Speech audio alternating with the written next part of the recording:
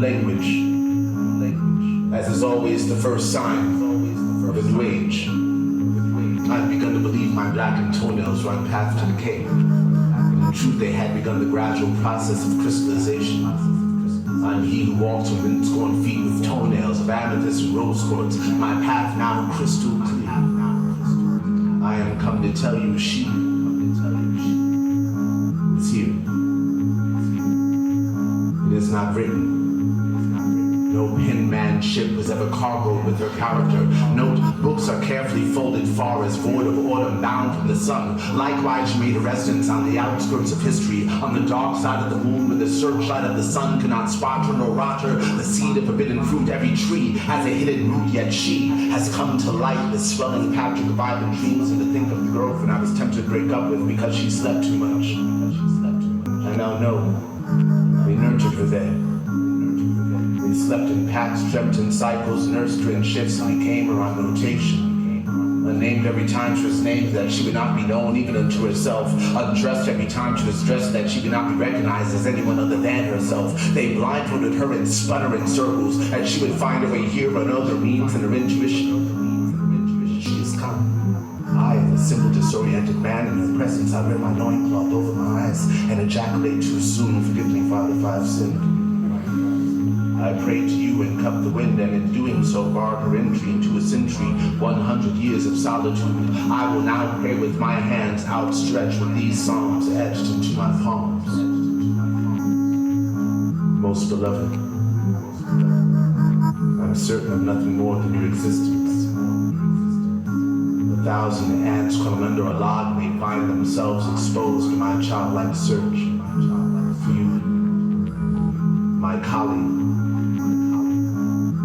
Flower.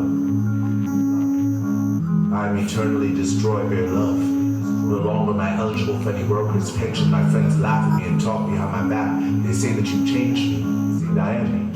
I'm like a survivor of the flood, walking through the streets drenched with God, surprised that all the drowned victims are still walking and talking. Maybe there's hope. I rush to each victim's side, sucking what I can of you out of their various incarnations, pumping their stomachs and filling them. To touch them is to touch you, to kiss them is to kiss you. My friends, love is an art form, slightly moved from its element. Now one may ask, what does this mean? I respond, I've made it up, but it shall be from now on. From now on, cities will be built on one side of the street so that soothsayers will have wilderness to wander and lovers space enough to contemplate the kiss. She kisses if she alone could forge a signature of the sun. I closed my eyes, although I never knew the difference. I stood before a brighter light at lesser distance, and then a feeling. Almost as if nothing were ever bound to be repeated ever again, as if history had been as masterfully created as the Great Pyramids, and to reconstruct or relive any given moment would have to stem from an understanding of how the pyramids were built from the top down.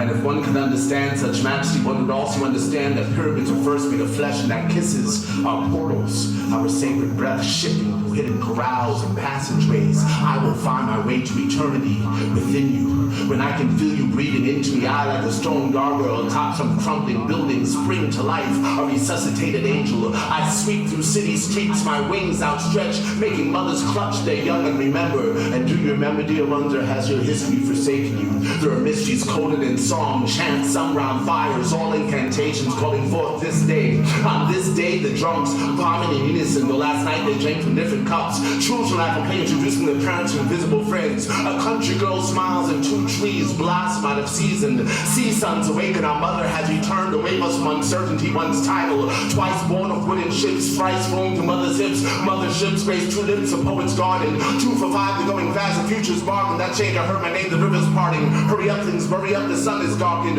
Rivers like oceans, oceans like answers, questions in cloud forms, raindrops and stanzas. To be or not to see or not to. She had eyes like 2 turntables, mixture between my dreams and reality, blended ancient themes. The basis of Isis, cross faded to Ankh. The beat drops like a cliff, overlooking my heart. 6,000 feet above sea level.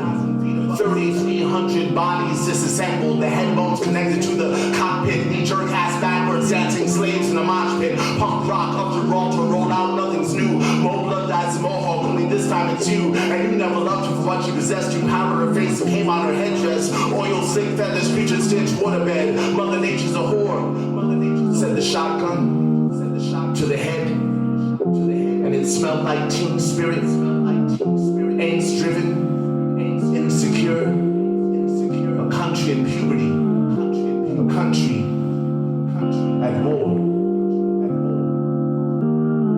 The greatest Americans have not been born yet. They are waiting patiently for the past to die. Please give blood. Those crumbled tablets would have shared a story with a burning bush. Where is that voice from nowhere to remind us that the holy ground we walk on, purified by native blood, has rooted trees whose fallen leaves now color code a sacred list of demands? Who among us can give translation of autumn used to morning news? The ain't command thrown overboard has simply rooted us in history's repeating cycle.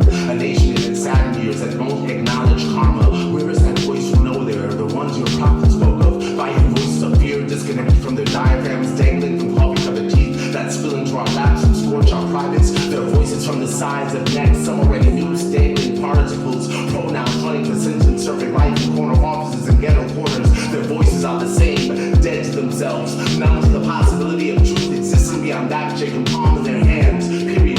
There are voices of elders who seem to do no more than damn us to our childish ways. For many households, wisdom no longer comes with age. So where is that voice from nowhere? That burning bush, that passing dove. I hear the voice of generals calling for ammunition, presidents calling for arms, and women calling for help. Where is that voice from nowhere? That God of Abraham, can he be heard over the gunfire, the whiz of passing missiles, the crash of buildings, the shriek of sirens, the crack of bones, the cries of children? Or is that his mighty voice? Your angry God, craving the sacrifice of virgin generation, sons degenerate. Your holy book, written and red ink on burning sands. Your prayers between rounds, no more than fast the fate of your children to the hammered truth of your trigger. A truth that mushrooms its darkening cloud with the rest of us, so we to bear witness the short-lived fate of a civilization that worships a male God. Your weapons are phallic, all of them. That dummy that sits in your lap is no longer a worthwhile spectacle. His shrunken pale face is no room for imagination. We have spotty moving lips that pin the voice to its proper source. It is a source of madness, a source of hunger for power, a source of weakness, a source of evil. We are exiting a Coliseum and circling the box office, demanding our families back, our culture back, our language back, our gods back.